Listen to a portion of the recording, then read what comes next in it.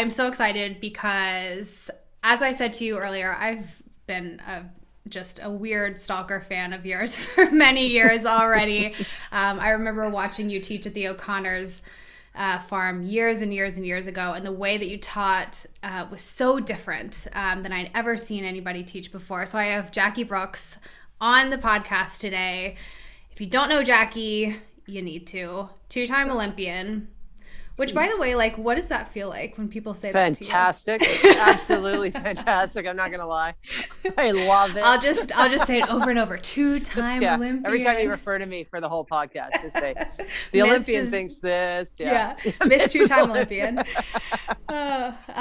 You've been on 6 Canadian teams, another casual thing. Yeah. Based in Toronto. Jacquie, you train dressage riders as well as jumpers and eventers. So that's going to come in really handy with this conversation. You have trained about 30 horses up the levels all the way to the Grand Prix level, which I don't know that there's that many riders that can say that. Yeah. I think it's a little bit out of necessity. There are people that are blessed with, economic situations where maybe they don't have to train their own. I'm very fortunate. I'm very well supported by my family in terms of competition horses, but I have to run my business and I have to earn a living doing that. And that means training horses. So I train a lot of horses for people. And I don't like to give up on horses. I don't love, someone brings a horse and says, oh, it can't do the ones, or it can't piaffe, I'm not big on like, well, let's sell it and get you something else. The challenge of figuring out how that horse learns and teaching them the way they want to learn it is that's what keeps me going anyway. So then you get these horses in and they have maybe a hole here or there, and you fix that hole, and all of a sudden you have another Grand Prix horse ready for that person, which is a great feeling. It's awesome. That's something that really strikes me about you is it's like the perpetual fire for you. Like, I feel like you teach all of these different types of riders, you ride all of these different types of horses. Like, I don't feel like you have like one type of horse that you will ride. Yeah, no, anything. Yep. And I'm getting older too. Not I won't ride anything. dangerous, not anything. The eventers are the funniest because I do a lot of clinics for the eventers, and they know me quite well now. And of course, some of their horses are young and very hot, and they're used to jumping, right? So those horses are used to getting in the air, and they get over jumps, and they jump all those beautiful cross-country jumps. And I am a dressage rider. I don't go in the air. Our horses don't go in the air. That's like the number one rule. Don't buck really high. If you're lucky, you don't go in the air. You don't go in the air, So Lauren Kiefer Nicholson now runs a lot of these clinics, and often she'll get a call from one of the eventers, and they'll be saying, would Jacquie ride the horse for me? Do you think she'd school it well? She's there, and Lauren will be my full on like bodyguard. She's like, she'll ride that one, but not that one, and she'll ride that one, but not that one. Yeah. I'll teach any horse. I'll teach anyone on any horse. But yeah, so as you bounce, as you're not as good as bouncing, then you tend to start to raise the bottom age of the horses that you'll ride anymore. Have you ever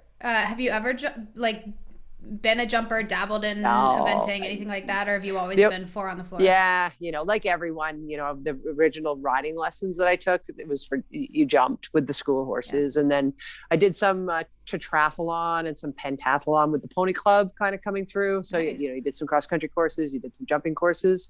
But I never was serious at it. I was never good at it or anything. And I wasn't really serious about riding until I was finished university. So all that stuff that was like the weekly riding lesson or the summer camp, it was just that. It was like what most people do. And then they move on with their lives, get a job and all that kind of stuff. And I was lucky enough that I had a friend working for Ashley Holzer. And before the Pan Am Games in Cuba, my friend couldn't go. So I got the phone call, would I go with Ashley? And I hadn't groomed before, and I had an interview with Ashley, and I was like, of course, I'm a professional groom. I've done it my whole life. Like how hard could it be? All I was thinking was, I'd be with an elite dressage rider and be in the Pan Am Games. So I crammed, learned on the job, had everybody teaching me how to braid and how to do everything, and I knew about basic care and stuff. And when I went to that Pan Am Games, seeing it at that level, I got bitten by the bug then. And that's when I really started taking the sport of dressage seriously. But yeah, the last time I jumped, when I started teaching the eventers at the O'Connors, David and Karen and Lauren made me jump one of their jumpers in the lunch break.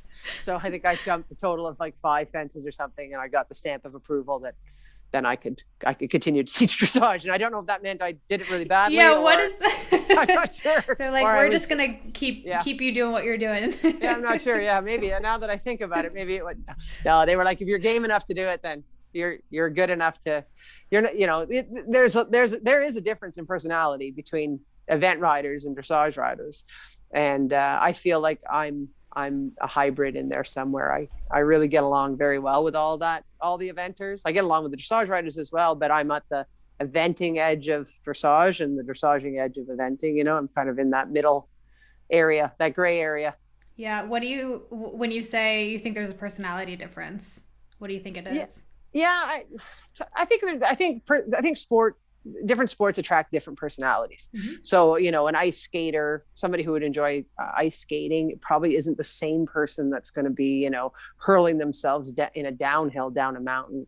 You know, there's like an adrenaline fix for some of these more, like X Games side sports where there's a lot of adrenaline involved. The ski jumping, the downhill, bobsled, you know, eventing. Like it's a high adrenaline sport. They are pumped when they go to do it, and they're even more pumped when they come off the cross country course. You want to see somebody super like full of adrenaline and happiness watch the people coming in on cross country.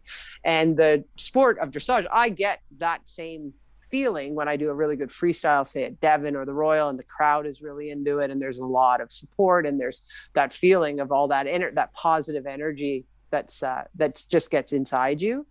And I think that's the side of dressage I like the most. I would say the freestyles, the entertaining, certainly how athletic it is. And it's a more, I think it's a more academic, I think that part of I think physics is involved with all of the sports. There's the physics of how they jump and the physics of how they do dressage, but the influence of the rider in the dressage is, I think when you're talking about jumping, you have the influence of the rider plus the physics of the jump. So those two things combined create a jumper. You know, you have to get that horse in properly, in the right balance, in the right shape, and the jump, the horse has to manage the physics of the jump. We're creating that all within the horse without anything external, nothing to jump, nothing to cause them to go up or down. So that has to come all from us. And that part of the sport I love. Like, that's my favorite part. Yeah. That leads us like perfectly into this discussion that we're having today, which is so much based in really understanding the details of how this works and sort of the biomechanics. So what I want to talk about today is, if you want to call it like riding in a frame or riding on the bit, maybe that's where we start. So we're going to go like full horse nerd into the details of like what this is, why it matters, why do we care about it, why when a horse is going properly or improperly, they find a certain shape. But I think I want to start with just like, let's define some terms here. So for you, as somebody who teaches jumping riders and dressage riders, when somebody says in a frame or on the bit, do those things mean the same thing to you? No.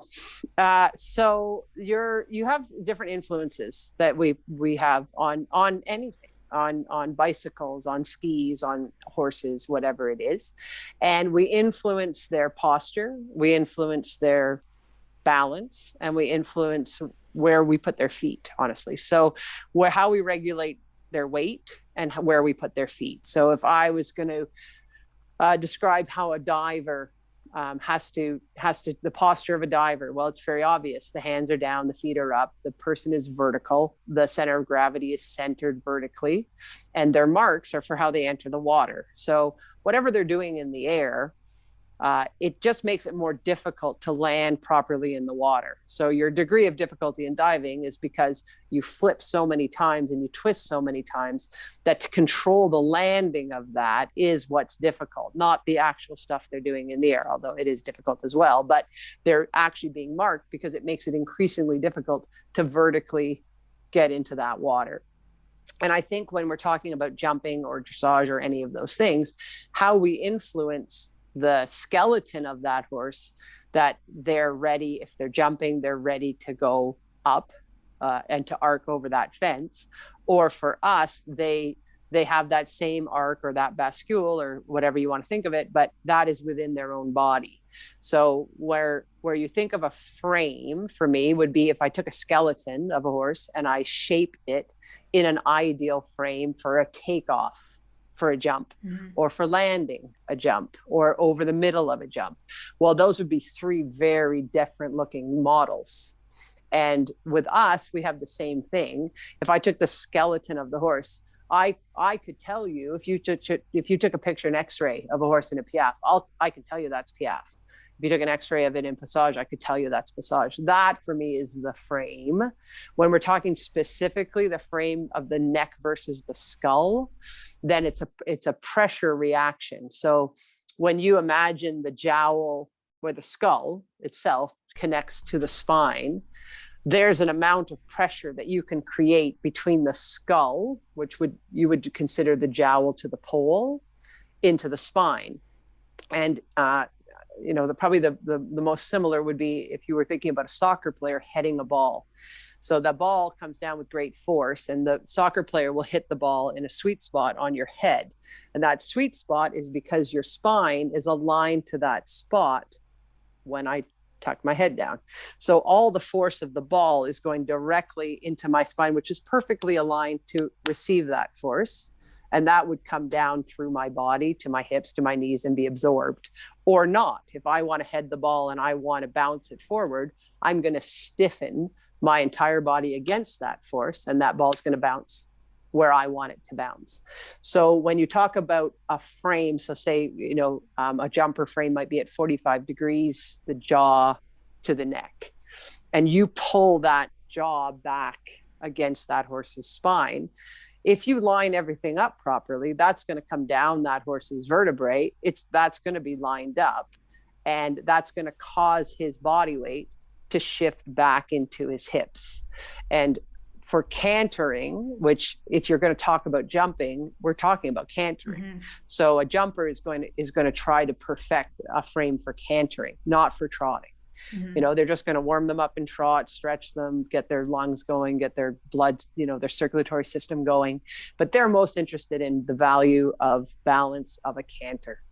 And your center of gravity in anything, in a chair, in a human, in whatever, you don't change your center of gravity. It is what it is, but you balance it in different ways. So a diver balances their center of gravity over their hands, as does a gymnast. But a gymnast balances it over their hands, then their feet, then their hands, and their feet, then their hands and their feet. So when you think of a jumper, we're looking for a balance of their center, which would be very bottom heavy in the moment that they're taking the weight down. So a jumping gait like canter is like a kangaroo. That big belly is really low in the stifles and the hocks. And so as soon as you take that force from the bit through the jowl and you bring it back, that body weight is going to sit down into those hind legs, and it's going to shift the angle that when they're pushing off, they're going to push off up. And, as we all know, that arc for jumping, there's an ideal arc for every jump. If you take the same takeoff point for an upright fence at varying heights, and you're going to take off from the same point, you're going to have to vary how vertical that horse is holding that weight down on his haunches before he takes off to complete that arc. Not unlike a basketball. A basketball, you arc the ball and it goes through the net on the way down. You don't aim the ball for the net. You aim the ball for whatever arc it's going to clear on the way down. So for me, that's the same thing. When you make a horse round, so if you take a bit in a jaw down low in their mouth and you pull that horse round, you're pulling that center of gravity or that weight to be balanced further forward. So the more you pull a jaw down, the more you go to a somersault.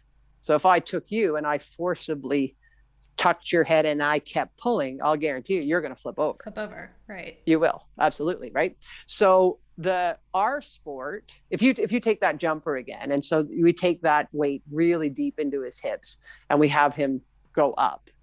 The second phase of jumping, you're coming over the fence. So part of the body, the head, neck, and shoulder, is already starting the descent, and the hips is still on the way up. And then as they clear the fence, of course, the front legs are then extended, and now they're balancing their entire weight on their shoulder, 100%. So they'll land in a handstand, basically. So what we do in our sport is we find these different mechanics just within the horse of where we want that body to be in the moment. Oh, is that in your podcast now? Did you get my text? No, you're good. Okay, good. It was a nice text. Good. So you're looking for this bascule or this maximum arc, and there's points of resistance in their spine, obviously. So if you have your spine, you have all your vertebrae lined up, and I overextend you hollow, there's going to be a point of resistance. And also if I round you, there's going to be a point of resistance. In our bodies, it's a little harder to relate to it because we can fold ourselves in half pretty forward. Well. Yeah. Like horses can't. Right. Like if you see a horse sit up, they can't roll over. So when you think about somebody doing like the high jump at the Olympics, they used to jump it forward, right? They used to run up and jump over this way. And then a guy named Dick Fosbury, I think, Fosbury Slop or whatever. Anyway, he said, if you turn around and you jump backwards, you actually get a better arc, right? Wow. So, that's right? So interesting. I didn't know that. Yeah. So they take off. They take 3 strides to the jump, just like a jumper. They take off, they drive their head straight up, and then they start to arc backwards over it. So what happens then is because their spine won't bend anymore, once their head clears it, their spine is actually lifting their hip up over the rest of the jump. So you're using the resistance in the spine to create this energy that takes you over the jump. So for us, there are these resistances in the horses' spines too, that as we make that roundness in their back, we can generate a lot of lift and a lot of energy up in their hips or up in their shoulders, depending on where we put their center of gravity, right? So part of how I teach, and again, I've done a lot of sports in my life, obviously.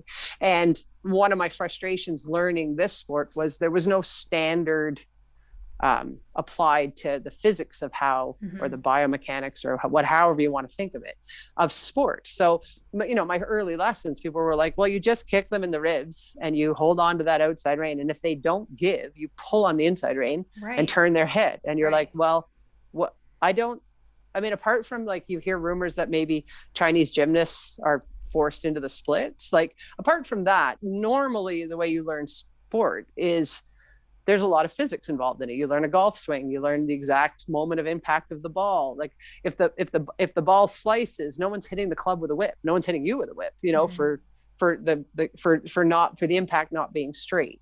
So, over the years, as I've sort of, muddled through what I'm doing and what we're trying to do, and said, there are standards in our sport, and there are standards in the jumping sport, but our standards are subjective judge standards. And jumping standards are, did you get over the fence or not, which is it's clearer standard for sure. So the techniques to jumping can be more varied. You can see somebody who has, you see 100 different techniques. And because they're not judged on their technique, then it doesn't affect the outcome for a jumper. It does for a hunter. So our sport would be more like a hunter, where there's a certain frame or a certain balance or a certain shape that has to be maintained while you do the sport. And so when you think of that for our sport, this combination of so we have 2 bits, right? We have a curb bit and we have a snaffle bit. A curb bit puts all kinds of pressure up high in the pole. So with a curb bit, you're able to take all of that pressure that rocks a horse back, that takes their center back, that brings their body back. The snaffle is low on the jaw. It's a direct pull on the jaw. That's going to be any pressure that's going to round them through their shoulders. So when you think of a horse over the apex of the jump, and the front end is just basculing forward over, and the hind end is still has the power coming up in the hips, That's kind of the moment that we create in dressage. So we use those two opposing forces to create balance. And when they're working well together, you have a lot of lift off the ground. You have a lot of ability to ride the front end at a slower speed than you're riding the hind end, which obviously makes the horse's center balance very, very close together. And you get movements like piaffe, canter pirouettes, passage. And then the more you open that up, like opening it up over an oxer, then the more stretch you get, and that frame should open. It should directly relate to how forward you're going. So a more open frame should be medium trot, extended trot. Now, you don't always see that, but that's what you should be seeing in the sport. So a frame in a dressage for a dressage horse is vertical at the face. That would be the maximum pull that would be necessary to bring that self-carriage of their weight forward enough in their body that you're kind of playing that balance between taking off and falling on the shoulder. So when you see somebody say, take the horse so round behind the vertical, maybe a little low in the pole, that horse inevitably has to be on the forehand because his whole body weight has shifted all the way to his shoulders. It's not anything that's terribly bad. They do it in nature. They do it landing on the jump. It's not bad for your horse necessarily, but it's bad for your horse if you're trying to do a movement that requires the horse being on the hind end.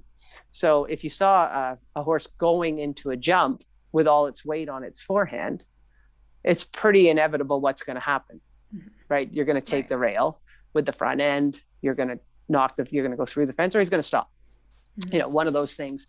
So the outcome is so affected by it that jumpers learn quickly, before the fence, get the head up. You know, like that's pretty standard. Like let his head come up, let him rock back, let him jump. Even if in between the jumps you're doing something else. And in our sport, that gets missed sometimes. Can you explain why, if the idea is that the the head and the forehand coming up then puts the weight more on the hind end, which is kind of where your engine is for most moves in dressage, then why do we talk about like the horses, like the front of the horse's face being perpendicular vertical to the ground? Yeah, vertical. For it to work. So for me to push you back or to head that ball, the spine has to be aligned perfectly. So when you're thinking of aligning a spine on an angle like this, and that head is at 45 degrees open, that's for so much sitting that horse is going to go up like a levade. That's really where we are in piaffe pretty much. We have the horses that far into their hips. But the difference is, instead of thinking of the jump as the destination for that horse, the horse's front end is the jump. So now I'm taking that head and neck and I'm stretching their head and neck over their own shoulders. So if you think in a piaffe, that horse is sitting like this, well, his front legs should be completely perpendicular to the ground. And now his head and neck are on we're stretching them over their own shoulder. So the vertical for us, and when I say pick the head and neck up to pick the shoulder up, I don't mean pick the head and neck up, because now your spine is not an inversion, right? Now it's not aligned the other way. So that is as bad as this, right? Or crooked this way, right? So if I take a horse and I want to rock it back on its hips and it's too bent in an arc, it's very difficult for it to do it, right? So when you see horses curling around people's legs with a shoulder out, maybe their weight is really out on the outside of their rib cage, and then you see them try to sit them down for a piaffe, then the structure itself is not aligned straight enough to be supported. So all of those alignment issues. And when you look at a horse's spine in their neck, they don't follow the mane. A spine doesn't go like back, wither, mane. Right. It goes under the wither. The wither is like a bone. And then it does this funny little curl like this. So when you line that up like dominoes, that posture that we ask for is the perfect place to put pressure straight back on that spine. You know what's striking me so much right now is that this is something that just is not widely taught about. We don't talk much about the physiology of the horse and the biomechanics in which we are like all trying to operate. I know. Why do But, you think that is? I don't know, I think the masters, like the old time masters, they taught it. They were very strict on posture, frame. They didn't let people do roll curve. They didn't let people, overbend them. They made them stretch them out. If their necks were low, they made them bring them up, like pick them up. Mm-hmm. Their nose came in, their pole came up. They have these perfect, you look at a picture of Reiner Klimka or someone like that. Yeah. It's always perfect. Right? It's always perfect. If anything, the nose was like a touch in front of the vertical, never behind. And especially in which gait? Canter. Yeah. Especially in canter. Mm-hmm. So but there also wasn't this pressure that for this extravagant movement. So there's pressure for extravagant movement now, and there's more athletic horses that are stronger. And some of the issue with rocking a horse back is there is an incredible amount of power that comes along with that. So if you're rocking them back to the point where they're jumping the Grand Prix, you're someone who likes that power. Mm-hmm. With the dressage riders, sometimes harnessing that power can be a very scary thing. Mm-hmm. So people go to shutting it down by putting it back on the forehand because we're balancing on our hands, like in that moment when you get scared, you're pulling on the reins. If you're not 100% in your own seat, like an independent seat, you're balancing on your hands. Yeah. And the other problem with horses is if you don't get to the end of their power, so your engagement isn't honestly forward, you can create a lot of negative engagement holding them back. And that turns naughty. Then they rear, they buck, they run sideways because they're trapped, and they're trapped in a negative way. So they're physically doing it wrong. And it comes from that ride that starts at their face and ends up at their hocks. Mm-hmm.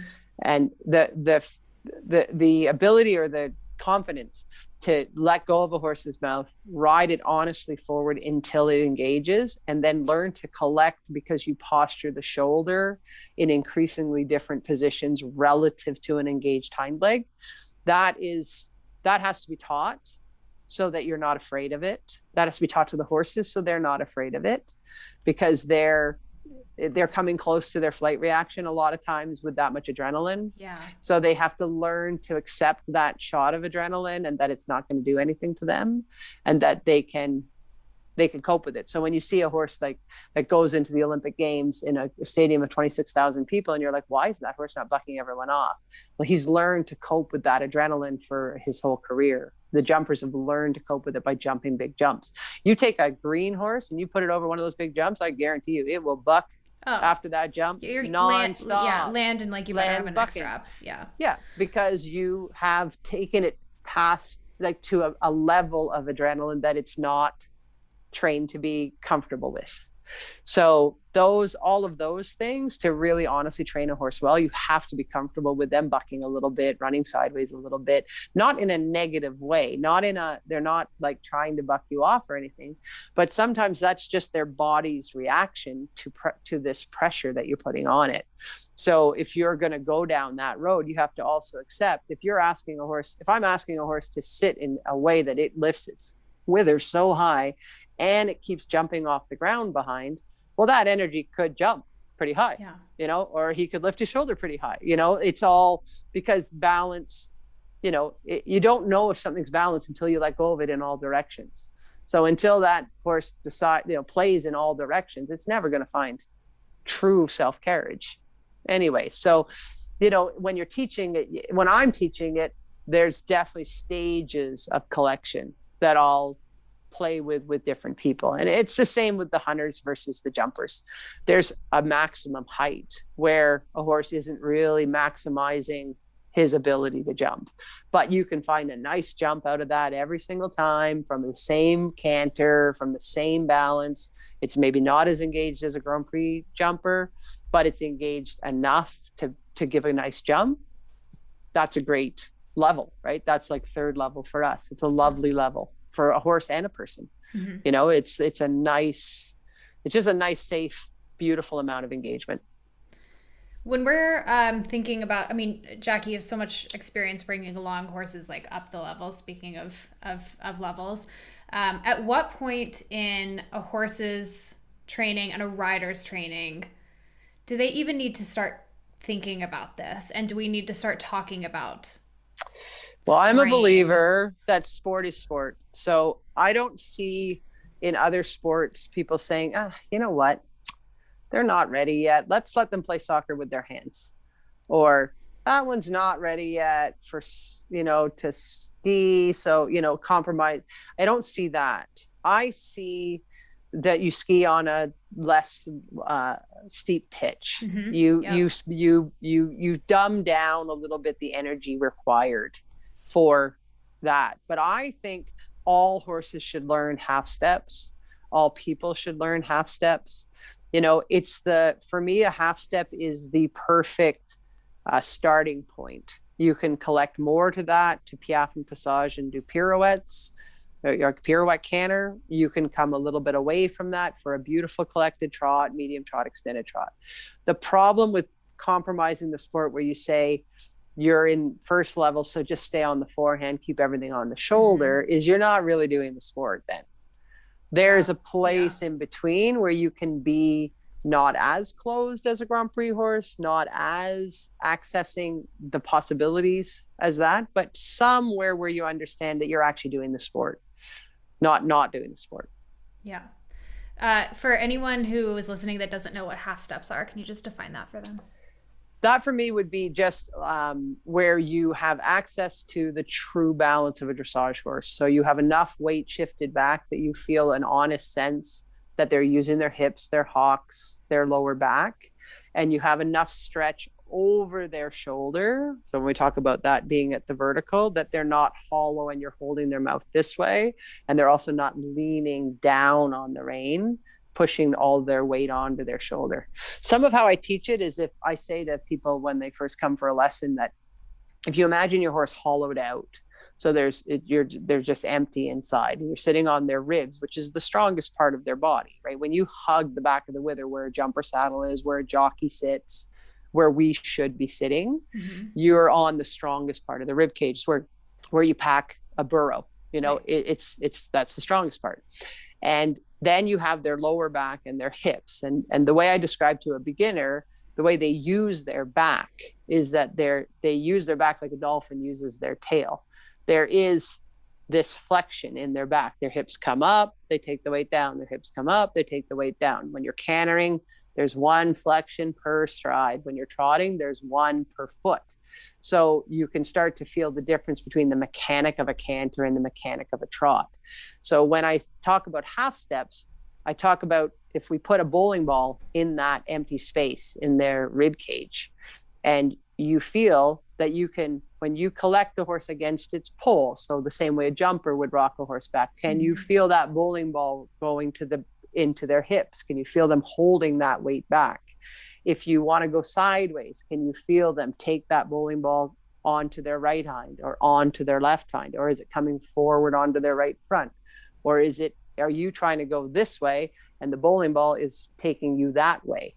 Which you'll see, like if a person horse steps out in a walk pirouette, they think they're turning right, but the hips are swinging out to the left because that horse has never taken its balance and its center of gravity or its bowling ball enough onto that inside hind.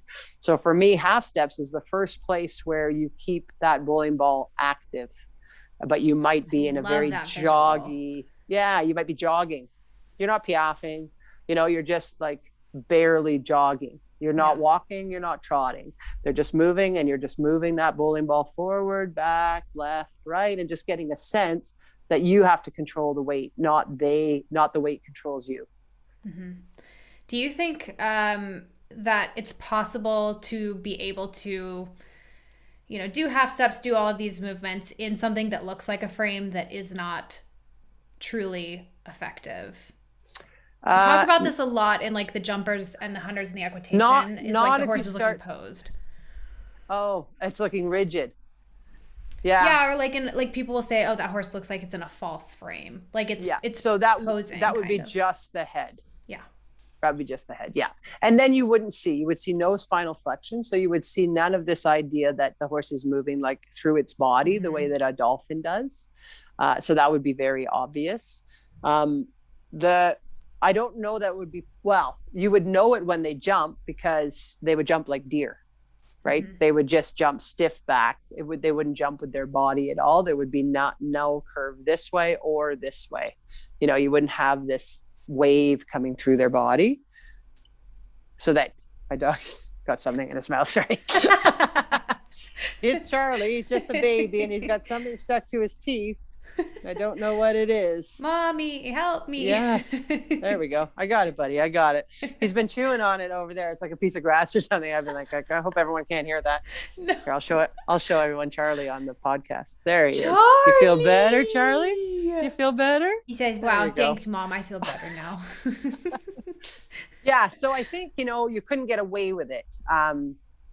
I don't think at some point you're going to max. I mean, a horse cannot jump, you know, 1.60 m like that. No. So at some point you're going to max out. Yeah. And I think if you have a horse that doesn't move its back, and you're doing a level where it's not so necessary, that's actually a lovely horse to ride. That's a very smooth horse, lovely to sit, you know, like, I think that like you're saying, there's a certain amount that you need to get to the higher levels. And I think if you're just controlling that the weight is steady. So you look at a horse like that and it's not pitching forward, pitching back, running left, running right. I don't think that's so terrible for a lower level. Yeah. You know, but I think it will show up then. I think at some point you'd have to say to that person, okay, at some point he's going to have to start using his body, or you're going to be limited. And when that happens, I think it's pretty common for the rider to have this moment of, holy crap, this just got really hard to sit this trot, to deal with this canter. This canter feels really big and really scary. Yes. So how do you coach riders through that? Yeah, so I'm a big believer, young horses with that big canter that aren't able to collect it yet, green riders, neck straps, 100%. So if you feel like you can't control your balance, or you feel like you sit on that horse and all of a sudden that bowling ball is gone to your right, gone to your left, it's forward, it's back, put a nice little neck strap. I use a rope I buy it at the hardware store. It's cotton. It's like the thickness of my index finger. I love that. No frills. No frills. Tie a knot in it, put it around the neck, keep it loose enough that you can carry your hands so you don't feel like you're tied to the neck. And when we talk about how we shift weight back, shifting weight back is the pole coming up, not the head coming up, not inverting, but it's definitely the chest of the horse getting perpendicular to the ground. So if you have trouble, you go to pull and that horse keeps getting rounder and rounder and rounder, and you can't get it off the forehand, then that neck strap will help that horse learn to get its chest perpendicular and to get its front legs sorted, that he has stability with his front legs. So the weight isn't getting past his shoulders onto the forehand. I love that. So the neck strap can cue the horse as well as help the rider. Oh, completely. It's much better than a bucking strap, because you can play with it. You can halt a horse on it by lifting it up. You can turn a horse's shoulders with it left and right and teach them how to turn around their hind legs instead of, there's a difference in bending a horse and turning a horse. Yeah. So when you bend a horse, they bend around your inside leg. But when you turn a horse, they turn around their inside hind. So if you think about turning around a pole, the entire horse has to turn around the pole. Well, the pole is the inside hind foot. So that neck strap can help you turn the shoulder around that hind foot. Then it can help you teach the horse how to turn the other way, because you can turn the whole shoulder with it. So if I go to a clinic and I have a horse under second level, or a young horse, or a person that's never ridden above second level, even if the horse has, I bring the neck strap, I throw it on. And I just teach people how to manipulate that horse's balance with it, so that they know that it's the balance that makes the contact feel great, not the contact that makes the balance feel great. Holy crap. My mind is just like so blown right now. The way that you teach, like your brain, woman. Oh my God. I know. It's an odd one, isn't it? It's amazing. It's my an odd God. brain. I think, something that we see a lot, and actually we get a lot of questions from readers or from, masterclass members and everything about having their horse in a frame. And I think that there's a lot of, and maybe, I don't know, maybe you don't see this as much with the dressage students because they're just a little bit more kind of focused on like a frame being sort of like a byproduct of all of these other things that they can do with the horse. But I think in the jumping disciplines, there's a lot of almost like self-consciousness when you are going around, like say you're a greener rider, or say you're on a horse that's unfamiliar to you and you're just kind of trying to figure out the buttons. I mean, I've had this experience recently getting back in the saddle after being postpartum and having a C-section and everything, and I'm on a horse that I've never ridden before, and I'm kind of like trying to figure out all of the buttons. And I found myself feeling I'm like, okay, I'm fully capable of getting this horse on the bit, like, and having a nice round shape and doing all of these things and doing a bit of a shoulder fore here. Like, come on, what is going on? And I found myself feeling very self-conscious. And it made me sort of have this realization that our horses being in a frame or not being in a frame or having just moments where they're not in a frame because we're sort of like prioritizing something else in the saddle makes us feel like we have no idea what we're doing, or the rider that's in the ring with us is going to be like, oh man, that horse's head isn't. But in reality, I mean, well, you tell me, there are moments where it's going to look ugly. I'm going to tell you that in your head or out loud. Please make me feel better. you would say this to people. You would say it out loud. You'd say, you have to ride from back to front. Mm-hmm. You start at the hind end, you end up at the face. So right there and then, you don't have to put it on the bit first, ever. It comes second. So I'll get on horses in clinics or I'll get on horses that are in the barn and all in 5-10 minutes, all of a sudden now they're going, they're doing their thing. And everyone's like, wow, how do you do that? Like, how does you're one of those people. But I say, I didn't care that he wasn't on the bit for the first 5 minutes. Right. You're just getting in front of the leg. I actually didn't even ask him to go on the bit in the first 5 minutes. I'm finding his hips. Mm-hmm. I'm finding that bowling ball in his hips first. And then I'm finding out how forward I can bring it into his rib cage. And then I'm stretching the back of his rib cage more level by using his neck to pull that up. So that's step 3 or 4 for me. It's not step 35 because, if I was teaching how to swing a golf club, I'd be like, this is your backswing. This is where you impact the ball. And this is your follow through. And I might say, let's do your backswing 5 times. Okay, let's just get to the ball 5 times. Now let's do your follow through 5 times, but you're not really hitting the ball till you do the entire thing. So you're not really got that horse completely balanced until you have the whole picture that you want. But that could be for you, if you're testing out a jumper in a canter, he should be above the bit. He should be 45 degrees, not 90 degrees. Like we're 90 at the vertical. You should be 45, for that optimum amount of weight back. Yeah. So it's not that they have to be on the bit. They have to be on the aids. Yeah. And contact is contact, and contact comes from hind legs engagement, balance over the back, balance over the shoulder, contact. So, it's just being brave enough. And some of them, so say they're stiff and they're hollow and they're inverted, then I might go after that stretch from the back of the wither through to the neck going down before I take the weight back. That was my next because question. Normally a horse that's hollow, the weight is back. It's like the weight is in the belly. Mm-hmm. The hind legs are out behind. The weight is all in the belly. The front legs are out in front. So you have a bridge that's under collapse. Mm-hmm. This is hollow. This is out behind. This is like this. Well, it's very difficult to write the back end of that horse without writing the forehand. The first wall I always build is the front end, so that I know I have a perpendicular front leg, a perpendicular chest, to a neck that's extending over it, to a back that's rounding behind it. And then I get the stretch so that there's enough, the back is already starting up, coming up towards this shape, so I can bring this hind end into the second wall. You do that hind end first, you're always going to be a little on the hollow side of that. So when that matters in a jumper, it probably doesn't matter till you're over like 3'9", 4 feet or something, where you really have to get the opposite. They can usually pretty much, you know, I've seen mules jump into the back of 18 wheelers. You know, they just haul them out and they just jump up. Yeah. So they don't, you know, they can do it. There's a height where it will stop working. Yeah. You know, and at that height, you're going to have to sort that out. So you're not going to see a bunch of Grand Prix horses going in hollow. Yeah.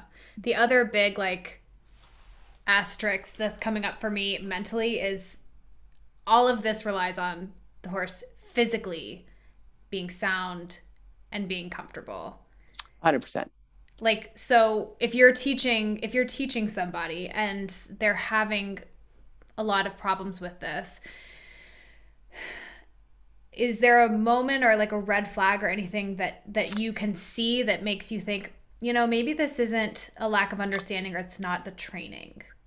There's a difference for me between regularity and lameness. So an irregular horse in its rhythm is not necessarily lame. If it's irregular, and by irregular, I mean irregular. There is nothing regular about its irregularity. So if you see something that comes in and it's regular, then it goes back to the barn.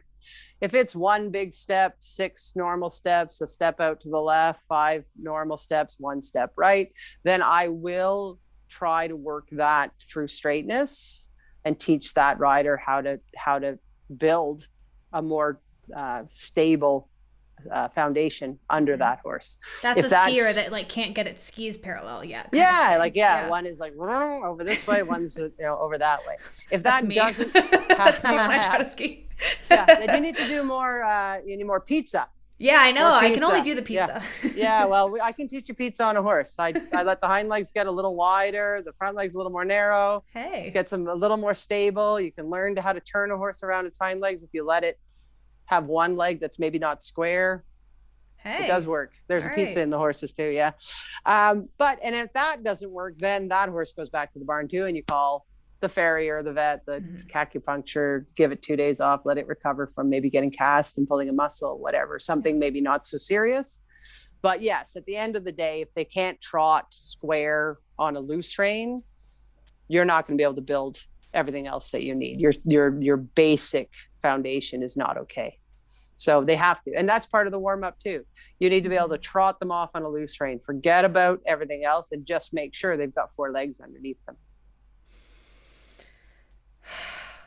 I know. This is just my like horse nerd brain is so happy right now. Like I love having these like intense like biomechanic, like look inside the horse's body with x-ray vision. And that is what you do. That's really what you do and how you teach. Like you're such a technician about like every single bone. I don't know that I know like anyone that understands a horse's body and the way that a horse moves like you do. And what's so interesting about the way that you do it is it seems to me like it's almost because your understanding of other sports is like really what enhances your ability to understand this one. I agree. Yeah. And that's so rare. Yeah. And you learn it. I mean, it's hard for us to really relate to traveling on 4 limbs. We don't do it. Totally. I mean, you might do a little bit at the gym. You'll do some crab walks or some, whatever's, and you're on all 4s and a little bit you learn, I do have to push my hips up to move my hind legs forward. Well, who knew? Everyone's trying to crush them down. They've got to lift their hip to advance their legs. So that's one thing a lot of dressage riders miss. They're so busy trying to push that hind end down that now that horse is basically like trying to squat and walk forward at the same time. There is this you can't go much you cannot go forward very well in that if you're not lifting your hips, in that scenario, right? Yeah. And if you're not extending your hip, if they don't straighten their legs completely, they can't get off the ground. So if you're skipping, you have to straighten your legs to push off the ground. You don't absorb the ground when you're skipping. You try not to. You try to push it away, push it away, push it away. So when you're talking about a horse that's really passaging and piaffing well, they're hitting the ground and pushing the ground away from their body. They're trying to push it away, and that's what drives them back up. They're not trying to absorb it in there like push-ups. It's nothing like push-ups. They're not lowering and lifting. they're snapping that ground off, and this leg is coming up and they're snapping that one. And that's where you get that tremendous lift off the ground. So I think a lot of people misunderstand. They try to assign something to the mechanic of the horse that they can relate to, but it's not the right mechanic for what it is. The closest thing I can come to what we do, and a little bit what the jumpers do in terms of lifting a forehand, because that's like a big thing, right? You're going to lift the forehand to jump, and we're going to lift the forehand to passage piaffe and to become uphill, is if you weight lift at all. I don't know if you do any weightlifting, but the mechanics of weightlifting they're strict. You go to any weightlifter in the world, they're going to tell you the same thing: how to keep the weight close to your body, under your arms. Your arms are like under your shoulders, lifting it straight up. And then when you go to lift it up, your legs are driving the weight up, not your hands anymore. And then your hands are moving your body under the weight. Well, the same thing is happening with the horses. Their limbs if you take a picture in a mid jump, like in the middle of a passage, where you think it's going to look like one leg way up by their ears, it never does. When they're at the top of the stride, all four legs are hanging evenly straight down. It's a terrible picture. It's the apex of the height. It's the most exciting moment to watch a dressage horse live, because the person and the horse are, this high off the ground. But if you take a picture in that moment, all four legs are locked out, suspended, like the horse is hanging off a sling. You see that leg elevated as they're reaching for the ground, and then it comes up, and then everything's straight, and then they're reaching for the ground, and then that it's is up. what it looks like. It looks like they're hung in the air, and they're trying to touch their toes to the ground, not the other way around. Not the other way around, right? So the mechanic of that is you have to ride the boring part, the straight leg reaching for the ground, not the exciting, frivolous part, which is this leg in the air. And people get hung up trying to hold that front end up in the air. Well, now we have a fully inverted horse trying to do the work. And then you're wondering why it doesn't piaffe when you hit the center line in the show, because it's so inverted. You have no natural engagement anymore. You have no natural engine anymore. You're not even in the mechanics of how a horse goes, like trots in nature. So now you're trying to create this entire false way of moving, and then it shows up, and then you have failure rates, so you're wondering, why are you inconsistent? Well, you're inconsistent because you've invented how you think this horse should move. You've taken this flexion, you've taken the horse's head to its shoulder, and you've driving a spur into it, and you think somehow that's going to make this leg want to reach out. Well, I don't think so. I don't think it's going to work. So then it does work, because horses are like, well, they're insanely forgiving creatures. I have no idea why they do it. Like, I see somebody in a warm-up with that head cranked like this, and that horse is like, okay, throwing this leg out in the wrong direction. They want the horse to go this way. They're throwing the leg that way. And that horse is still, oh, okay, I'll try to go that way. Yeah, like, just trying different solutions. Just okay. Right. And you're like, well, isn't that amazing? I would have dumped you off that side. No, we do not deserve horses, man. Yeah. We do not deserve I judged actually this little walk trot class, a little online show the other day, and it was just the cutest thing. Had like little girls in little bows and just little ponies and whatever. And there were a few people that rode really a beautiful frame. And then there were kids that had beautiful contact with the nose out, but beautiful contact, steady, beautiful trot, beautiful walk. And they came ahead of all the kids that were trying to hold the head down. Yeah. Because it was perfect. It's a walk trot class. It's just steady contact. Just anything where feel the hind legs in your hands, like it was just, and I was like, okay, that's the direction, we need to encourage these kids. We need to encourage like the whole generations coming up, that they actually learn.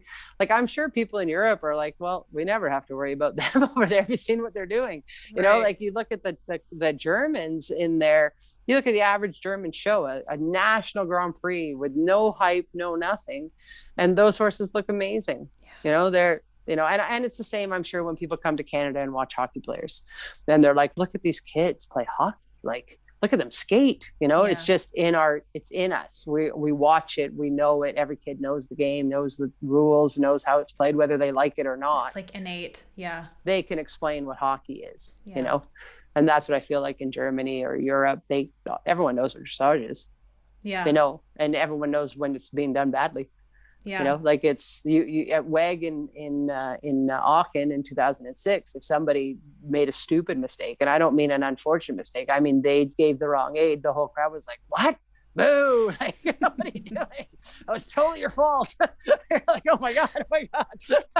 There is something that's, I've been lucky enough to go to Aachen, and there's something that's just so crazy about, even just when you're in the town of Aachen, not even at the show, you can walk up and talk to almost anybody about. Right. No horses. kidding. No So kidding. amazing. They're educated. And London was like that. I got to say, the London Olympics, the crowd was educated. They knew the mistakes. They felt sorry for you if it was it was just a bad moment.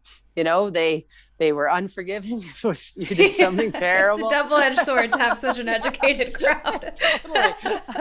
They're like, well, why would you pull its head down then? Like, what were you thinking? So, yeah. Oh man. Yeah, it's interesting. Then we were in Hong Kong, and it was they bust school kids in. They were all snoring in the stands. So it's totally opposite experience. That's so wild. Oh my gosh. This has totally blown my mind. People who are listening are probably my wheels are just turning. Like, this is just, I feel like we barely just scratched the surface of everything that goes into this topic. But I think that talking about frame being as multifaceted and as complicated as it is in a way, and I don't mean complicated as in like it's unachievable or anything, but just understanding that there's so much that goes into it for the horse and for the rider. Totally. But I think also, and it's complicated in its simple way, the same way any balance is. If I said to you, I want you to balance on this trapeze line, like a slack line, the kids play on them. Yeah. And you tie them between two trees and they're 6 inches off the ground. You jump right on it. Like, you'd be like, sure, for sure. I'd love to learn how to do that. I'm going to hang it like between two houses. You think you're going to jump on that? No, right? But it's the same skill. It's balance is complicated, and it's, you have to practice it. You have to give it the same respect you would give that tightrope. Yeah. And start with the stakes low. And start with the stakes low. And build them Absolutely. up. Yeah. And that's the other thing I say to people too, when you think of the saddle and you think of their spine is very thin. It's as wide as their wither. And your job is to sit on that saddle over their spine like it's a tightrope, and like you have no girth on. So if you're sitting way off to the left and you're like, oh, I don't sit straight. Well, if I put you on that tightrope on a saddle with no girth tied on and you swung under it 100 times, you'd learn to not be crooked fast. Yeah. So give that same respect to your saddle on the horse and say, I've got to figure this out, that I can balance on this, put it on a saddle rack, practice, somewhere where you're safe, somewhere where you can really go, oh God, I sit on my right seat bone all the time, all the time, that you do it. Yeah, man. You're a treasure, Jacquie Brooks. Oh, I appreciate you so much. And I'm so excited after all these years of watching you teach that I got the lesson today. There you go. Yeah, you got the podcast lesson. No, it's great. It's really great. And, if people have questions, I'm on Facebook. Send me a message. Some poor person, I felt sorry for them today. They put something up on Facebook about being afraid to canter. Of course, I personally messaged them right away. I'm like, put a neck strap on. You'll be fine. And they're like, who are you? Why are you messaging me? No. Oh my God. That is, wow. That's an amazing story. Couldn't help myself. I love it so much. I'm like going to the hardware store tomorrow and like buying just a plain old rope, nothing fancy. And I just tie one knot in it, and I have it like this, like that you can pull it off the neck. Because also sometimes if you have a horse that really leans down, you're going to want to fling it up the neck a little and pull that neck up about halfway up between the jowl and the chest to get the right angle for its neck to meet its chest. There's like an ideal angle, right? And that's the same with the jumpers. When they have that jowl open a bit and they pull, you pull that. So if the chest is here and the neck is here, this is like the ideal angle to the chest. Down here, you're in trouble. Yeah. Like here. Yeah. Right. So sometimes you got to put that neck strap a little further up so that it's. I'm gonna text you a picture and be like, "Is this right? Is this fine? Can I put it?" Yeah, I just fling it up. I've had some where I put it right up under the jowl and then I bring it back down. Just play with it. Hey, whatever works. Whatever works. Yep, whatever works. Whatever makes it easier for the horses. That's my mantra. Yeah. Thank you so much. Whatever it is. No problem. Thank you. Easy. I love it. Talk to you again.